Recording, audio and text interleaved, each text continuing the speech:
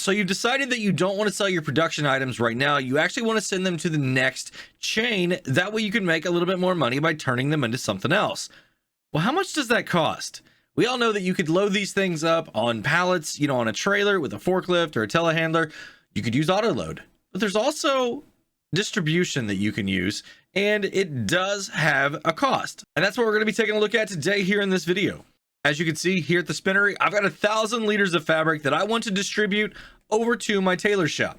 And just like with selling, this is only going to happen at the top of the hour. So it's 3 minutes till right now. I'm going to go ahead and speed up time till we get to the top of the hour. And then we're going to see exactly how much money we lose by doing this. I'm on $0 right now. $22 is what it cost me. That was to distribute 1,000 liters. What about 5,000 liters? As you can see right here, I've got 5,000 liters of fabric. We're going to be distributing to the exact same tailor shop. Going to be this one right here. I've got plenty of capacity over there. I'm not going to be filling this thing up, so it is going to take every bit of it. You can see I've got zero money right now, and it's 1:57 in the afternoon. I'm going to go ahead and speed up time. And if my theory is correct, this should only cost us $110. 114. And that means that it doesn't matter on the quantity. It doesn't charge you more just because you have more in here. It's per liter, it looks like. The reason we got 114 instead of 110 is because it was probably rounding down a little bit on the $22 one from 1,000. So that makes absolutely perfect sense. Through my testing here, I kept seeing different numbers depending on which production that I was sending to which other production to make something. So I started to really think about it. And right now I'm sending my cloth here from the spinnery down to the tailor shop. All right, so it's right there. And I started to look at this thing and I'm like, well, some of these productions are actually farther apart than other ones.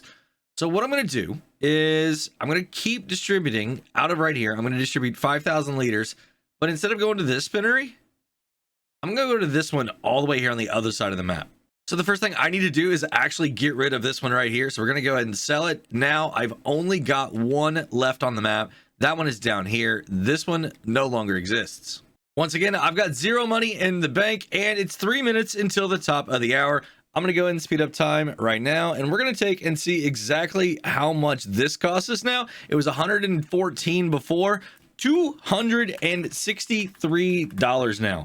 Wow, that is a very big increase. And the only thing that changed was the distance from this spinnery right here.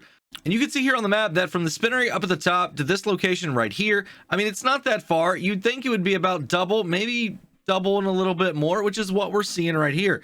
And I know sometimes you've got to run multiple productions to be able to keep up with what you're producing at the first one, right? Take the bakery, for instance, right? You're going to be making so much flour that you really need a couple different bakeries going on.